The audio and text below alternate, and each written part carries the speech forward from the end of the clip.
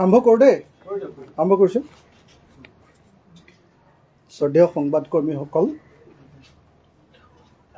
আমি আজি ৰাইজৰ দলৰ সংবাদমেলৰ কাম আৰম্ভ কৰিব খুজিছোঁ। ৰাইজৰ দলৰ সংবাদমেল আজি মূলতঃ অসমৰ বানপানী সমস্যাৰ ওপৰত আয়োজন কৰা হৈছে। কিন্তু বানপানী সমস্যাৰ বিষয়ে ৰাইজৰ দলৰ যি দৃষ্টিভংগী, সেই দৃষ্টিভংগী প্ৰকাশ কৰাৰ আগতে আমি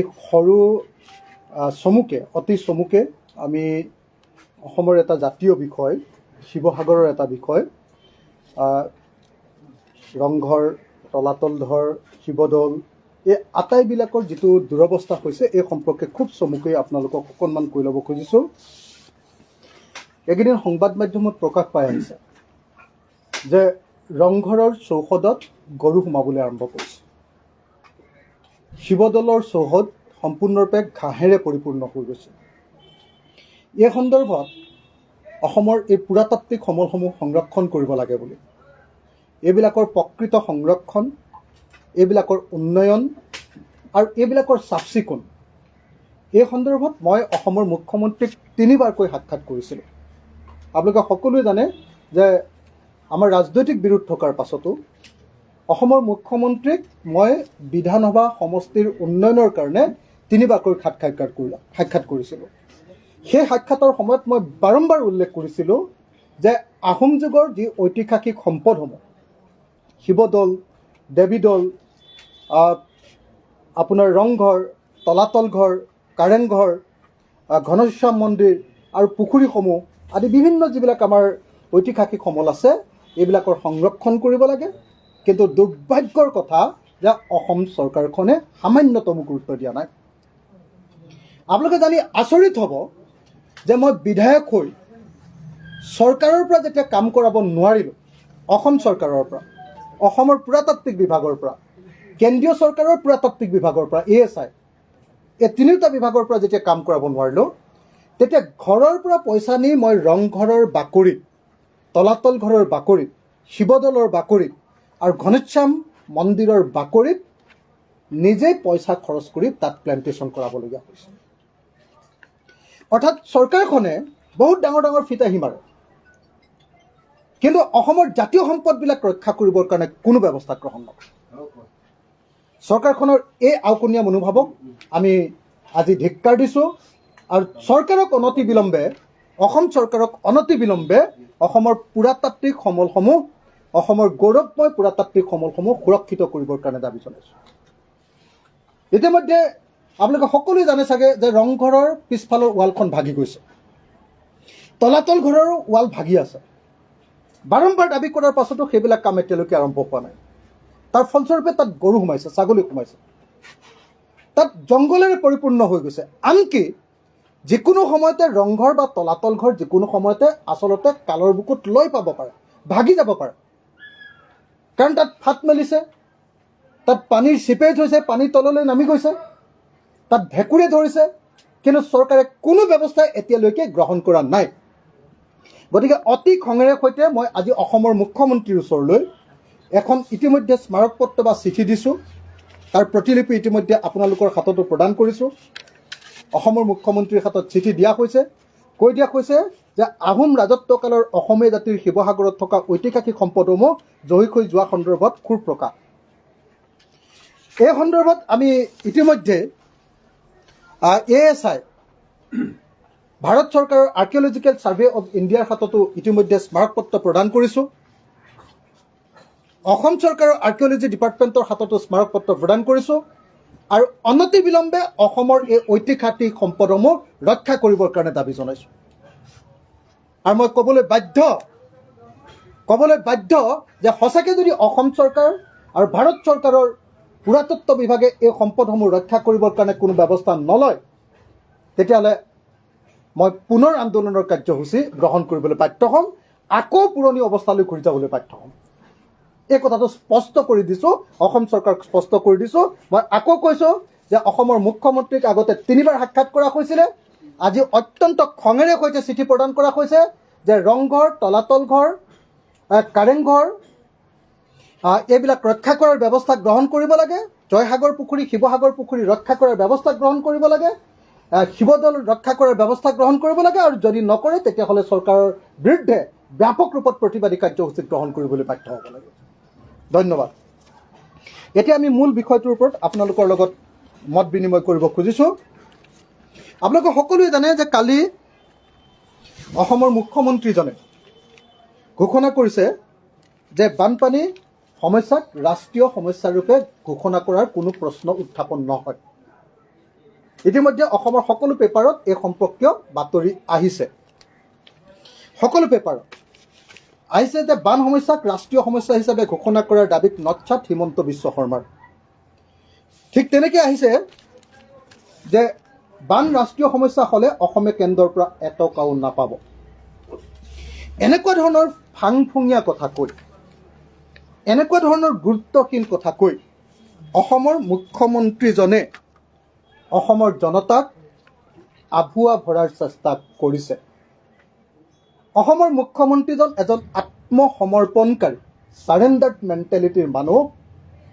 আৰু সেইকাৰণে কেন্দ্ৰীয় চৰকাৰৰ ওচৰত তেওঁ প্ৰকৃত সৎ দাবীবিলাক উত্থাপন কৰিবৰ কাৰণে তেখেতৰ সৎ সাহসৰ অভাৱ ঘটিছে। তেখেতে অসমৰ বানপানী সমস্যাক ৰাষ্ট্ৰীয় সমস্যাৰূপে ঘোষণা কৰিবলৈ কেন্দ্ৰীয় চৰকাৰৰ ওচৰত দাবী উত্থাপন কৰিবলৈ ভয় কৰে, কিজানিবা তেখেতৰ গাদীখন গুচি যায় বুলি। সেইকাৰণে তেখেতে অসমৰ মানুহক আভুৱা ভাৰিবৰ কাৰণে, অসমৰ মানুহক বিপথে পৰিচালিত কৰিবৰ কাৰণে, অসমৰ মানুহক টুপি পিন্ধাবৰ কাৰণে অসমৰ বানপানী সমস্যা সমাধান, অসমৰ বানপানী সমস্যা ৰাষ্ট্ৰীয় সমস্যা হিচাপে ঘোষণা হ'লে এটকাও নাপাব বুলি তেওঁ ঘোষণা কৰিছে। তেওঁ কৈছে যে বানপানী সমস্যাৰ ৰাষ্ট্ৰীয় সমস্যাৰূপে ঘোষণা কৰাৰ দাবী উত্থাপন কৰাটো বোলে এটা আৱেগিক দাবীহে। আমি ইয়াক নিন্দা কৰিছোঁ।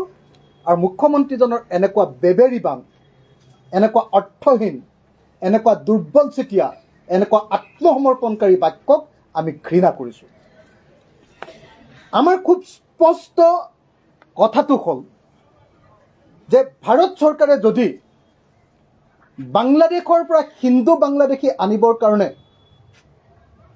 চিটিজেনশ্বিপ এক্টখনক এমেণ্ড কৰিব পাৰে, সংশোধন কৰিব পাৰে, নাগৰিকত্ব আইনখনক যদি সংশোধন কৰিব পাৰে, তেতিয়াহ'লে ভাৰত চৰকাৰে কিয় অসমৰ বানপানী সমস্যাটোক ৰাষ্ট্ৰীয় সমস্যা হিচাপে ঘোষণা কৰিবৰ কাৰণে ডিজাষ্টাৰ মেনেজমেণ্ট এক্টখনক কিয় সংশোধন কৰিব নোৱাৰে? আমি ৰাইজৰ দলে দাবী উত্থাপন কৰিছোঁ যে ডিজাষ্টাৰ মেনেজমেণ্ট এক্ট সংশোধন কৰি অসমৰ বানপানী সমস্যাক ৰাষ্ট্ৰীয় সমস্যা হিচাপে ঘোষণা কৰা হওক। হয়, এইটো কথা সত্য যে বৰ্তমানৰ প্ৰচলিত আইন অনুসৰি বা বিধি অনুসৰি বা মেনুৱেল অনুসৰি অসমৰ বানপানী সমস্যাক ৰাষ্ট্ৰীয় সমস্যাৰূপে ঘোষণা কৰিব নোৱাৰি। কিন্তু তাক ঘোষণা কৰাৰ ব্যৱস্থা আছে। কি ব্যৱস্থা আছে? যে ডিজাষ্টাৰ মেনেজমেণ্ট এক্টখন সংশোধন কৰি কেন্দ্ৰীয় চৰকাৰে অসমৰ বানপানী সমস্যাক ৰাষ্ট্ৰীয় সমস্যাৰূপে ঘোষণা কৰিব পাৰে। ইতিমধ্যে আপোনালোকক আমি জনাব খুজিছোঁ যে 10 ফেব্ৰুৱাৰী তাৰিখৰ দিনা, 2022 চনৰ 10 ফেব্ৰুৱাৰী তাৰিখৰ দিনা লোকসভাত ভাৰত চৰকাৰে ঘোষণা কৰিছে যে যোৱা সময়খিনিত অসমে ভাৰতবৰ্ষৰ ভিতৰত যোৱা কেইবাটাও দশকৰ ভিতৰত অসমে ভাৰতবৰ্ষৰ ভিতৰত 4ৰ্থখন ৰাজ্য যি বানপানীৰ দ্বাৰা আটাইতকৈ বেছি ক্ষতিগ্ৰস্ত হৈছে। কেন্দ্ৰীয় চৰকাৰে দিয়া তথ্য অনুসৰি, লোকসভাত দিয়া তথ্য অনুসৰি আটাইতকৈ বেছিকৈ ক্ষতিগ্ৰস্ত হোৱা ৰাজ্যখনৰ নাম অন্ধ্ৰপ্ৰদেশ বানপানীৰ পৰা, দ্বিতীয় ৰাজ্যখনৰ নাম উত্তৰ প্ৰদেশ, তৃতীয় ৰাজ্যখনৰ নাম বিহাৰ আৰু চতুৰ্থ ৰাজ্যখনৰ নাম হ'ল অসম। অৰ্থাৎ আটাইতকৈ বেছি ক্ষতিগ্ৰস্ত হোৱা ৰাজ্যবিলাকৰ ভিতৰত অসমখন এখন। গতিকে আমি দাবী উত্থাপন কৰিছোঁ যে এই 4খন ৰাজ্য যিকেইখনত বানপানীয়ে আটাইতকৈ বেছি ক্ষতিগ্ৰস্ত কৰে, এই 4খন ৰাজ্যক অনতিবিলম্বে বানপানী সমস্যাটোক ৰাষ্ট্ৰীয় সমস্যা হিচাপে ঘোষণা কৰাৰ ব্যৱস্থা গ্ৰহণ কৰিব লাগে।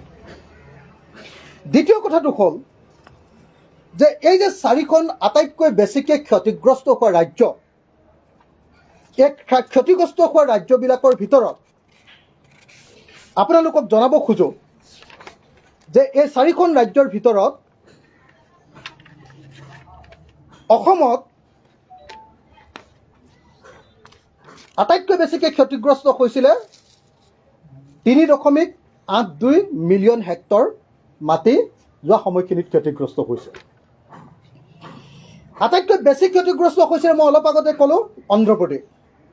অন্ধ্ৰপ্ৰদেশে এই সময়খিনিত 2010-ৰ পৰা 11 চনৰ পৰা 2010-11 বিত্তীয় বৰ্ষৰ পৰা আজিলৈকে 2022-23 বৰ্ষৰ বিত্তীয় বৰ্ষলৈকে অন্ধ্ৰপ্ৰদেশে NDRF-ৰ পৰা যথেষ্টখিনি ধন পাইছে।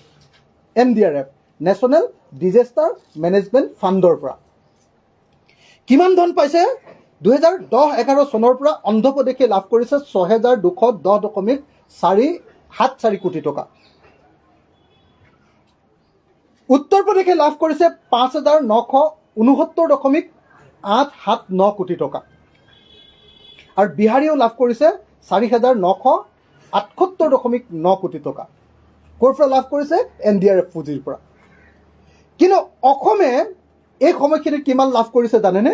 অসমে এই সময়খিনিত লাভ কৰিছে 179.37 কোটি টকা। অৰ্থাৎ NDRF-ত যি সময়ত অন্ধ্ৰপ্ৰদেশে লাভ কৰিছে 6,200 কোটিতকৈ অধিক টকা 2010-ৰ পৰা 2022-লৈকে, সেই সময়ত অসমে মাত্ৰ 180 কোটি টকাও লাভ কৰা নাই। অথচ অসম চতুৰ্থ আটাইতকৈ বেছিকৈ ক্ষতিগ্ৰস্ত হোৱা ৰাজ্য। আটাইতকৈ বেছি ক্ষতিগ্ৰস্ত হোৱা ৰাজ্য চতুৰ্থখন অসম। পঞ্চমখন কোনখন জানেনে? পঞ্চমখন হ'ল ৰাজস্থান। ৰাজস্থানে লাভ কৰিছে 4,521.1 কোটি টকা। 2010-11 বৰ্ষৰ পৰা 2022-23 বৰ্ষলৈকে 4,521 কোটি টকা ৰাজস্থানে পাইছে প্ৰাকৃতিক দুৰ্যোগত ক্ষতিগ্ৰস্ত। পঞ্চমখন ৰাজ্য। অসমে লাভ কৰিছে 180 কোটি টকাও কম। গতিকে এই সময়খিনিত কেন্দ্ৰীয় চৰকাৰে যে সম্পূৰ্ণৰূপে অসমক মাহিয়াৰ দৃষ্টিকোণেৰে চাইছে, এইটো খাটাং। আৰু বিশেষভাৱে 2014 চনৰ পৰা যেতিয়া নৰেন্দ্ৰ মোদীৰ চৰকাৰ আহিলে, এই সময়খিনিত অসমে আচলতে 1 টকাও কেন্দ্ৰীয় চৰকাৰৰ পৰা NDRF পুঁজিৰ পৰা পোৱা নাই। যোৱা সময়খিনিত 2021-22 বৰ্ষত কেন্দ্ৰীয় পুঁজিৰ পৰা NDRF-ৰ পৰা 51 কোটি টকা এটা ধাৰ্য কৰা হৈছিল যদিও অসমৰ SDRF-ৰ পুঁজি খৰচ কৰিব পৰা নাই বুলি কৈ কেন্দ্ৰীয় চৰকাৰে সেই 51 কোটি টকাটো অসমক নিদিলে। অৰ্থাৎ নৰেন্দ্ৰ মোদী চৰকাৰৰ দিনত অসমত ব্যাপক ৰূপত বানপানী হোৱা স্বত্তেও অসমৰ কাৰণে, অসমৰ বানপানীৰ কাৰণে 1 টকাও NDRF পুঁজিৰ পৰা দিয়া নাই।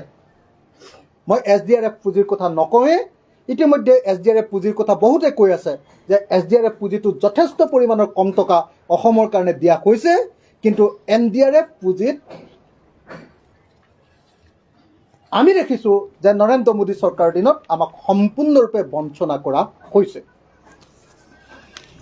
গতিকে এই মুহূৰ্তত আমি অতি স্পষ্টভাৱে ক'ব খোজোঁ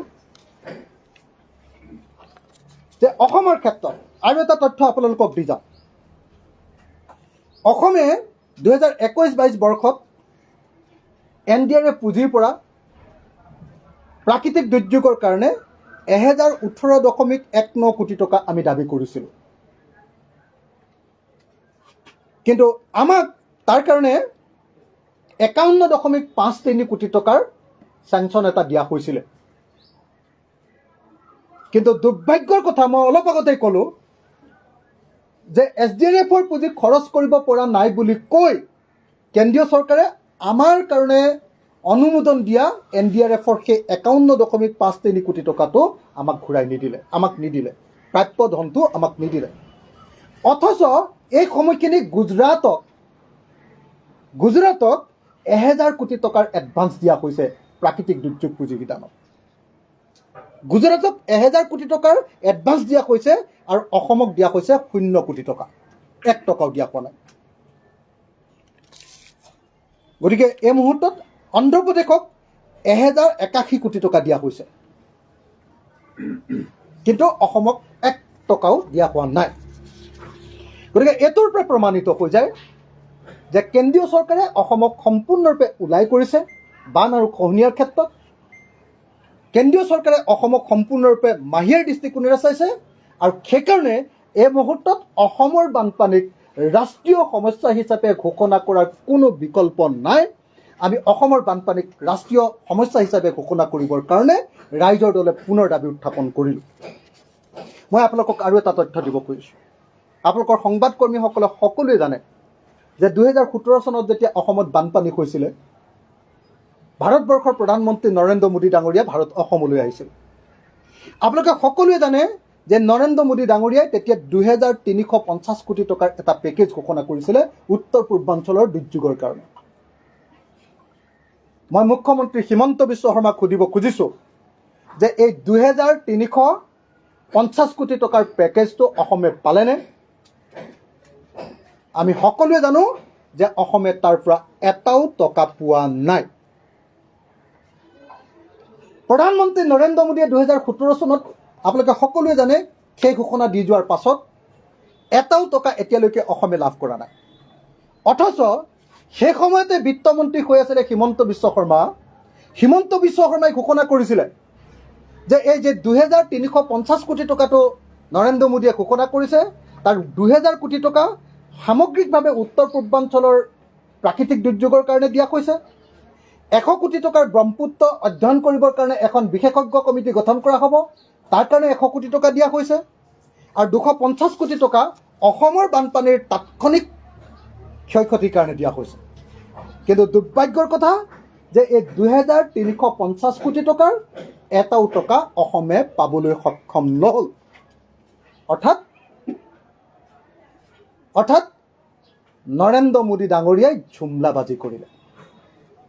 আপোনালোকে সকলোৱে জানে যে আজিকালি ঝুমলাবাজি শব্দটো ক'বলৈ নিদিয়ে, কাৰণ ঝুমলাবাজসকল নিজেই লোকসভাত বহি আছে, ঝুমলাবাজসকল নিজেই ৰাজ্যসভাত বহি আছে। গতিকে তেওঁলোকে ঝুমলাবাজ এই শব্দটো ক'বলৈ বন্ধ কৰিছে। 15 লাখকৈ টকা প্ৰত্যেকৰ একাউণ্টত সোমাই দিয়াৰ ঝুমলাবাজ।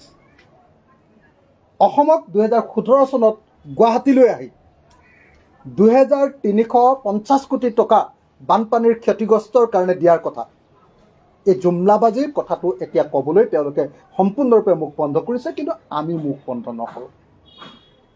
আমি সদায় কৈ যাম যে নৰেন্দ্ৰ মোদীয়ে জুমলাবাজি কৰিছে, বিজেপি চৰকাৰে জুমলাবাজি কৰিছে, আৰু জুমলাবাজি কৰি অসমৰ মানুহক প্ৰতাৰণা কৰিছে, প্ৰবঞ্চনা কৰিছে, ঠগিছে, ৰাম ঠগন দিছে। এই কথাটো আমি সদায় কৈ যাম। এতিয়া মুখ্যমন্ত্ৰীয়ে কৈছে, আমাৰ মুখ্যমন্ত্ৰীয়ে অসমৰ মানুহক টুপি পিন্ধোৱাত উস্তাদ, আমি সকলোৱে জানো। এয়া সমান মিছলীয়া মুখ্যমন্ত্ৰী এতিয়ালৈকে যিমান মুখ্যমন্ত্ৰী হৈছে, মুখ্যমন্ত্ৰী বাদ দিয়ক, চাগে এনেকুৱা ধৰণৰ টুপি পিন্ধোৱা ৰাজনীতিকো চাগে অসমত কেতিয়াও জন্ম হোৱা নাছিল। হিমন্ত বিশ্ব শৰ্মাৰ নিচিনা মিছা কথা ক'ব পৰা, 2 নম্বৰী কথা ক'ব পৰা মুখ্যমন্ত্ৰী চাগে অসমত কেতিয়াও জন্মই হোৱা নাছিলে। এতিয়া মুখ্যমন্ত্ৰীজনে ক'লে যে অসমৰ বানপানী সমস্যাক কেন্দ্ৰই গুৰুতৰ প্ৰাকৃতিক দুৰ্যোগ বুলি এবাৰ ঘোষণা কৰিছে। 2022 চনৰ অসমৰ প্ৰাকৃতিক দুৰ্যোগক, অসমৰ বানপানীক কেন্দ্ৰীয় চৰকাৰে বোলে গুৰুতৰ প্ৰাকৃতিক দুৰ্যোগ বুলি ঘোষণা কৰিছে। আৰু যদি কেন্দ্ৰীয় চৰকাৰে ঘোষণা কৰিছে, সেইটো কেন্দ্ৰীয় চৰকাৰে ঘোষণা কৰিব লাগিছিল। তুমি কোন? তুমি কেন্দ্ৰীয় চৰকাৰৰ প্ৰতিনিধি নে তুমি কেন্দ্ৰীয় চৰকাৰৰ এজেণ্ট নে তুমি কেন্দ্ৰীয় চৰকাৰৰ দালাল? তুমি কোন? তুমি ঘোষণা কৰিবলৈ কোন? যেতিয়া আমি সকলোৱে জানো যে যদি কেন্দ্ৰীয় চৰকাৰে অসমৰ প্ৰাকৃতিক দুৰ্যোগক চিভিয়াৰ নেচাৰেল কেলামিটি বুলি ঘোষণা কৰিছে, তেতিয়াহ'লে সেইটো কেন্দ্ৰীয় চৰকাৰে ঘোষণা কৰিব। অসমৰ গৃহ বিভাগে তাক এনাউন্সমেণ্ট দিব, তাৰ বুলেটিন প্ৰকাশ পাব, তাক কেন্দ্ৰীয় চৰকাৰৰ যি কি কয় আপোনাৰ কি DIPR যিটো কি ক'ব PIB তাৰ প্ৰকাশ পাব বিবৃতি। কিন্তু সেই বিবৃতি ক'ত? অসমৰ 2022 চনৰ প্ৰাকৃতিক দুৰ্যোগক গুৰুতৰ প্ৰাকৃতিক দুৰ্যোগ বুলি ঘোষণা কৰা কেন্দ্ৰীয় চৰকাৰৰ সেই বিবৃতি অসমৰ মুখ্যমন্ত্ৰীয়ে অসমৰ ৰাইজক দেখুৱাব পাৰিবনে? নে এয়া এক নতুন জুমলাবাজি, এক নতুন মিথ্যাচাৰ, এক নতুন টুপি নহয় জানো মুখ্যমন্ত্ৰী হিমন্ত বিশ্ব শৰ্মাৰ? যদি ছেভিয়েৰ নেচাৰেল কেলামিটি হয় তেতিয়াহ'লে সেই ঘোষণা আহিব লাগিছিলে ক'ৰ পৰা? গৃহ বিভাগৰ পৰা। অমিত শ্বাহে এই ঘোষণা কৰিব লাগিছিলে। তেওঁ অমিত শ্বাহৰ এজেণ্ট নেকি যে তেওঁ এই ঘোষণা দিছে? আপোনালোকে সকলোৱে জানে যে 2018 চনত যেতিয়া কেৰেলাৰ প্ৰাকৃতিক দুৰ্যোগক ছেভিয়াৰ নেচাৰেল কেলামিটি বুলি ঘোষণা কৰা হৈছিলে, তেতিয়া সেই ঘোষণা কোনে দিছিলে? ভাৰত চৰকাৰৰ গৃহ বিভাগে। কি বুলি কৈছিলে? In such case a calamity of relief fund is set up with the corpus share 3:1 between the center and the state. Once a calamity is declared severe, relief in repayment of loans or grant of fresh loans on concessional terms are also considered. যদি আমাৰ এই দুৰ্যোগক গুৰুতৰ প্ৰাকৃতিক দুৰ্যোগ বুলি ঘোষণা কৰে, তেতিয়াহ'লে এই দুৰ্যোগত যিমানবিলাক পইচা খৰচ হ'ব, সেই খৰচৰ কাৰণে এটা CRF কেলামিটি ৰিলিফ ফাণ্ড তৈয়াৰ কৰা হ'ব। অসমৰ বানপানীৰ কাৰণে কেন্দ্ৰীয় চৰকাৰে কেলামিটি ৰিলিফ ফাণ্ড ঘোষণা কৰিছেনে?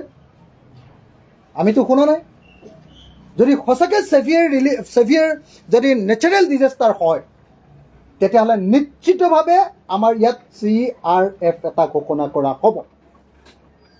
আৰু CRFৰ কাৰণে যিমান টকা আবণ্টন হ'ব, তাৰ 3/4 কেন্দ্ৰীয় চৰকাৰে, আৰু বিশেষ ৰাজ্য হ'লেতো আচলতে 100% কেন্দ্ৰীয় চৰকাৰে দিব লাগে,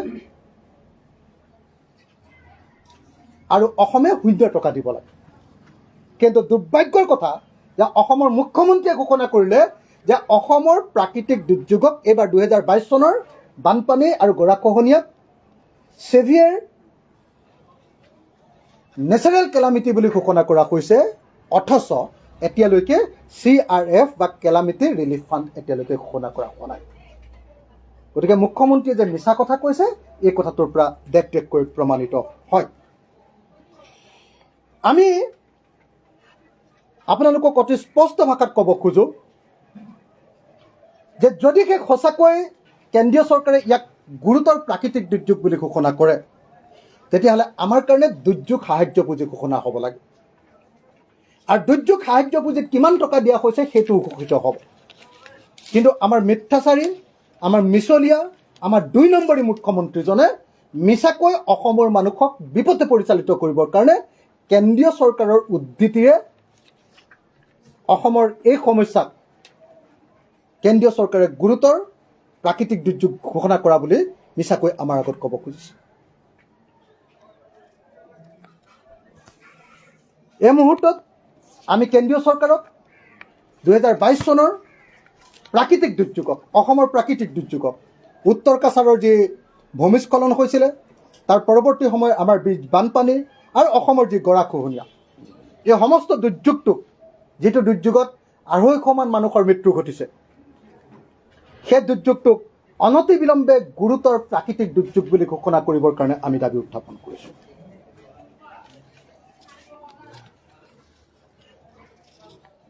আমি এইকেইটা কথা কোৱাৰ পাছত এতিয়া শেষৰ এটা বিষয়ক লৈ আমাৰ বক্তব্য দাঙি ধৰিব খুজিছোঁ, সেইটো হ'ল নদী বান্ধ আৰু অসমৰ বানপানী। আমি দেখিছোঁ যে অসমৰ ৱাটাৰ ৰিচোৰ্চ মিনিষ্টাৰ তেওঁ এটা বক্তব্য দিছে যে নদী বান্ধৰ লগত বানপানীৰ কোনো সমস্যাৰ কোনো ইটোৰ লগত সিটো সম্পৰ্ক নাই। আমি একেই বক্তব্য দিয়া দেখিছোঁ অসমৰ মুখ্যমন্ত্ৰী, বোধহয় দিল্লীত তেওঁ সংবাদমেলত কৈছে যে অসমৰ বানপানীৰ লগত নদী বান্ধৰ কোনো সম্পৰ্ক নাই। বোধহয় অসমৰ মুখ্যমন্ত্ৰীয়ে এই ঘোষণা কৰিছে যে নদী বান্ধ থাকিলেও পাহাৰৰ পৰা পানী নামি আহিব, আৰু নদী বান্ধ নাথাকিলেও বোলে পাহাৰৰ পৰা পানী নামি আহিব। তেওঁ যেন এক্সপাৰ্ট নহয়, তেওঁ সকলো ক্ষেত্ৰতে বিখ্যাত মানুহ, আপোনালোকে সকলো জানে। তেখেত সকলো ক্ষেত্ৰতে এজন পাৰদৰ্শী মানুহ, এক্সপাৰ্ট হয়, তেওঁ পণ্ডিত হয়, তেওঁ চব কথা জানে। ভাৰতৰ পৃথিৱীৰ বিখ্যাত মানুহবিলাকে যি সময়ত কৈ আছে যে নদী বান্ধে বানপানীৰ সৃষ্টি কৰে, এইটো এটা জেনেৰেল এটা ট্ৰুথত পৰিণত হৈ গৈছে। সেই কথাটো অস্বীকাৰ কৰিবৰ কাৰণে অসমৰ মুখ্যমন্ত্ৰীক 1 ছেকেণ্ডো সময় নালাগে, কাৰণ তেওঁ এজন মিছলীয়া মানুহ। তেওঁ যি মন যায় মুখত যি আহে তাকে তেওঁ ৰজাৰ নিচিনাকৈ কৈ দিব পাৰে, আৰু সেইটোকে তেওঁ আইনত পৰিণত কৰিবৰ কাৰণে চেষ্টা কৰে। আমি সকলোৱে জানো যে নদী বান্ধৰ কাৰণে বানপানী হয়, বেলেগ কথা বাদ দিয়ক। ৰঙা নদীৰ কাৰণে লখিমপুৰ জিলাখন কেনেকৈ ডুবিছে আমি সকলোৱে জানো। বেলেগ কথা বাদ দিয়ক, আজি কাৰ্বি আংলং, আজি নগাঁও, আজি মৰিগাঁও জিলাখন কপিলী জলবিদ্যুৎ প্ৰকল্প, খান্দাং জলবিদ্যুৎ প্ৰকল্প, এই প্ৰকল্পবিলাকৰ কাৰণে কেনেকৈ ডুবিছে আমি সকলোৱে জানো। আমি সকলোৱে জানো যে অসমৰ নামনি অসমখন কোকৰাঝাৰ, বঙাইগাঁও, বৰপেটা, নলবাৰী, বাক্সা, এই আটাইকেইখন জিলা ব্যাপক ৰূপত প্ৰাকৃতিক দুৰ্যোগত পৰিছে, বানপানীত পৰিছে কুৰিচু আৰু ভূটানত বন্ধাই থকা নদী বান্ধবিলাকৰ কাৰণে। ভূটানত 30,000 মেগাৱাটৰ বিজুলী উৎপাদন কৰিবৰ কাৰণে নদী বান্ধ বনাই থকা হৈছে। ভূটানৰ এই নদী বান্ধবিলাক বনাই আছে ভাৰত চৰকাৰৰ টকাৰে। 60% ভাৰত চৰকাৰে দিছে, 40%হে ভূটান চৰকাৰৰ টকা, আৰু বনাই আছে ভাৰতৰ কোম্পানীবিলাকে। আৰু সেই নদী বান্ধৰ পৰা সম্পূৰ্ণৰূপে অসমখন ধ্বংস হৈ যাব। এতিয়া আমি সকলোৱে জানো যে কুৰিচু বান্ধে নদী বান্ধৰ পানী এৰি দিয়াৰ কাৰণে নামনি অসম ডুবিছে। সকলোৱে জানো যে কপিলী বা খান্দাঙৰ কাৰণে আজি কামপুৰ বা ৰহা সম্পূৰ্ণৰূপে ডুবি গৈছে, আমি সকলোৱে জানো। আমি সকলোৱে জানো যে লখিমপুৰ ডুবি গৈছে ৰঙা নদী প্ৰকল্পৰ কাৰণে। কিন্তু দুৰ্ভাগ্যৰ কথা, এই কথা নাজানে চকু মুদি কুলিৰ ভাও জুৰি থকা আমাৰ অসমৰ মুখ্যমন্ত্ৰীজন। কাৰণ অসমৰ মুখ্যমন্ত্ৰীজন এজন উৎপক্ষী, তেওঁ বালিত মূৰটো সুমুৱাই থাকে। তেওঁ যিবিলাক প্ৰকৃত সত্য সেইবিলাক তেওঁ নেদেখে, আৰু যিবিলাক কেন্দ্ৰীয় চৰকাৰক তেল মাৰিবলগীয়া কথা আৰু মিছা কথা সেইবিলাকহে তেওঁ অকল দেখা পায়। গতিকে অসমৰ মুখ্যমন্ত্ৰীয়ে কৈছে যে নদী বান্ধৰ লগত বানপানীৰ কোনো সম্পৰ্ক নাই। আমি চেলেঞ্জ কৰিছোঁ যে নদী বান্ধৰ লগত বানপানীৰ সমস্যাৰ সম্পৰ্ক আছে। এইটো এক্সপাৰ্টে কৈছে, এইটো অভিজ্ঞতাই কৈছে, এইটো বাস্তৱে কৈছে। সকলোবিলাকে এই কথা প্ৰমাণ কৰিছে। গতিকে এই মুহূৰ্তত আমি অসমৰ মুখ্যমন্ত্ৰীক দাবী জনাওঁ যে ভূটানৰ বৃহৎ নদী বান্ধ বন্ধ কৰাৰ ব্যৱস্থা গ্ৰহণ কৰিব লাগে। তাৰ কাৰণে ভূটান চৰকাৰৰ লগত কথা পাতিবলৈ কেন্দ্ৰীয় চৰকাৰক বাধ্য কৰিব লাগে। আমি দাবী জনাওঁ অৰুণাচল প্ৰদেশৰ বন্ধাব খোজা বৃহৎ বৃহৎ নদী বান্ধবিলাক বন্ধ কৰিব লাগে। নামনি সোৱণশিৰি জলবিদ্যুৎ প্ৰকল্প ভাঙি দিব লাগে। আটাইতকৈ ডাঙৰ কথা, আপোনালোকক মই প্ৰতিবেদন এখন দেখুৱাব পাৰোঁ। আমাৰ ইয়াত প্ৰতিবেদনখন আছেই। ইতিমধ্যে parliament standing committee on water resource, তেওঁলোকে ইতিমধ্যে এখন প্ৰতিবেদন দিছে। এইখন মিনিষ্ট্ৰী অফ জল শক্তি, আপোনালোকে দেখিছে লোকসভা ছেক্ৰেটেৰিয়েটত ইতিমধ্যে আগষ্ট 2021 তাৰিখৰ দিনা এখন প্ৰতিবেদন দিছে, parliament standing committee on water resource. তাত কি কৈছে? তাত অতি স্পষ্টভাৱে কৈছে যে অসমৰ বানপানীৰ কাৰণে অৰুণাচলত বন্ধাই থকা নদী বান্ধবিলাক জগৰীয়া। কেতিয়া কৈছে?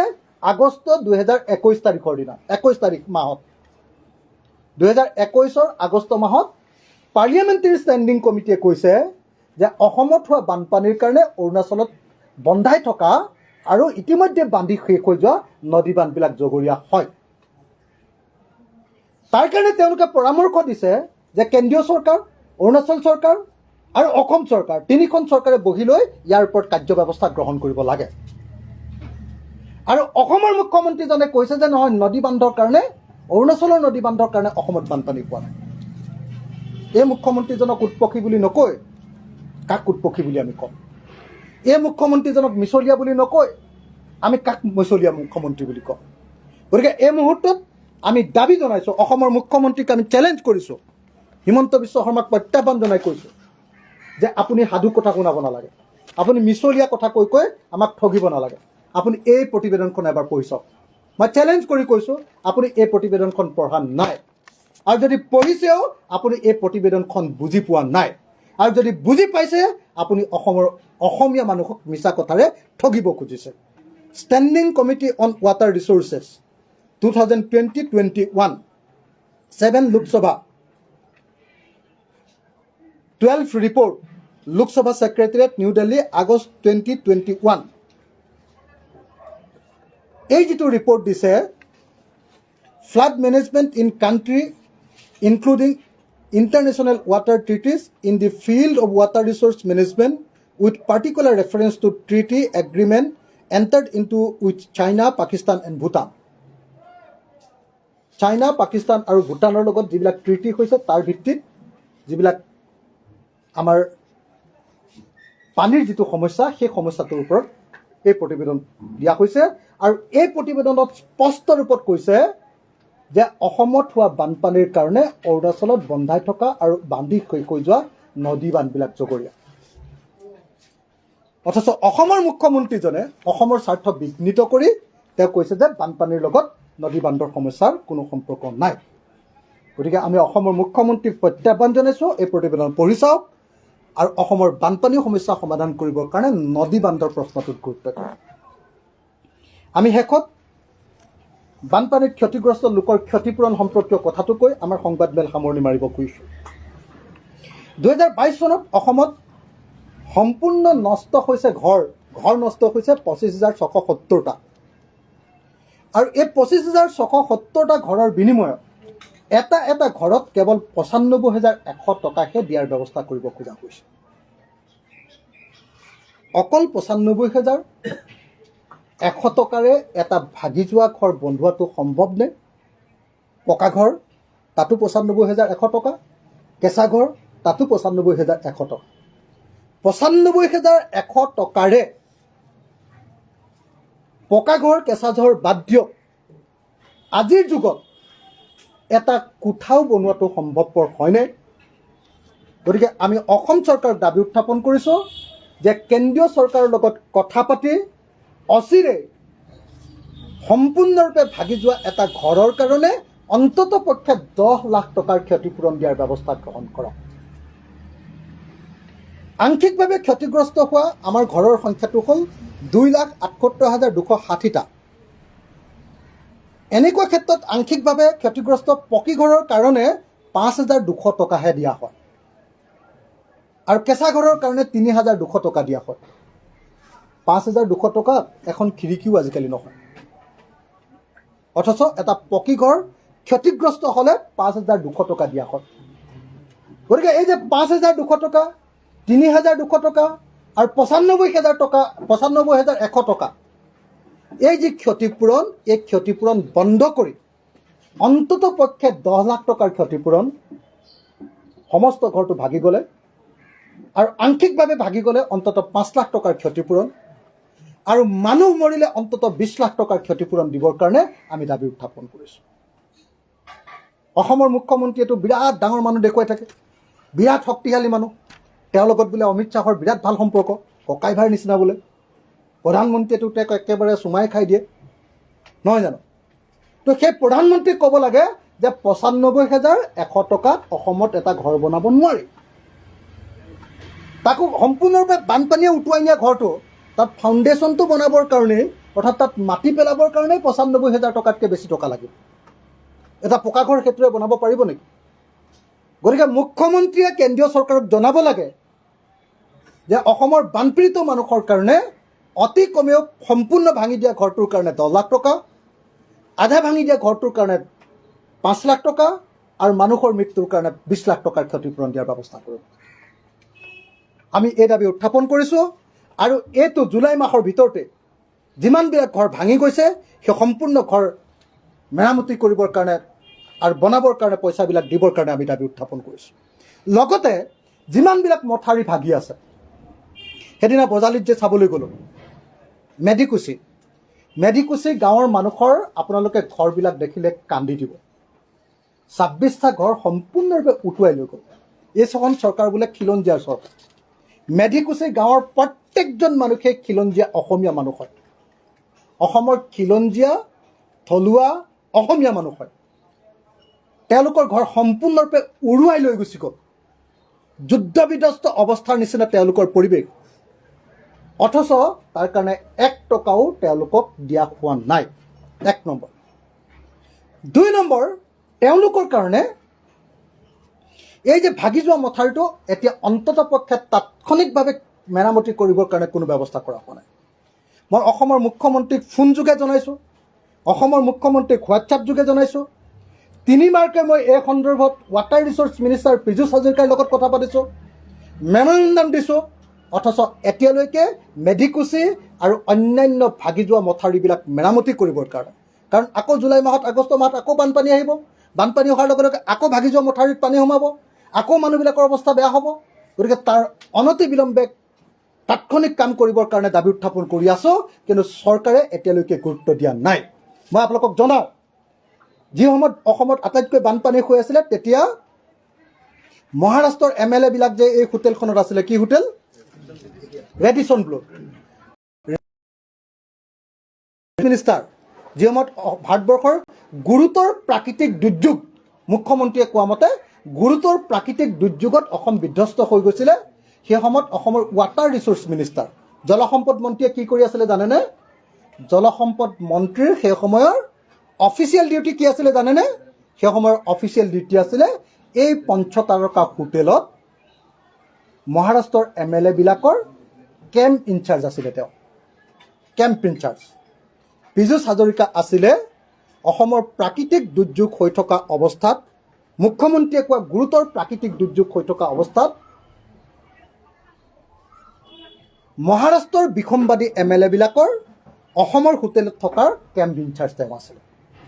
এইটোৱে হ'ল অসম চৰকাৰৰ, মুখ্যমন্ত্ৰী হিমন্ত বিশ্ব শৰ্মাৰ বিজেপি RSSৰ চৰকাৰখনৰ অসমৰ মানুহৰ প্ৰতি প্ৰীতি মৰম। গতিকে এই চৰকাৰখনৰ পৰা আমি কি আশা কৰিব পাৰোঁ? মই এই মুহূৰ্তত অসমৰ সমস্যাটোক, অসমৰ বানপানীৰ সমস্যাক পুনৰ এবাৰ দাবী উত্থাপন কৰিছোঁ। ইয়াক ৰাষ্ট্ৰীয় সমস্যা হিচাপে ঘোষণা কৰিব লাগে।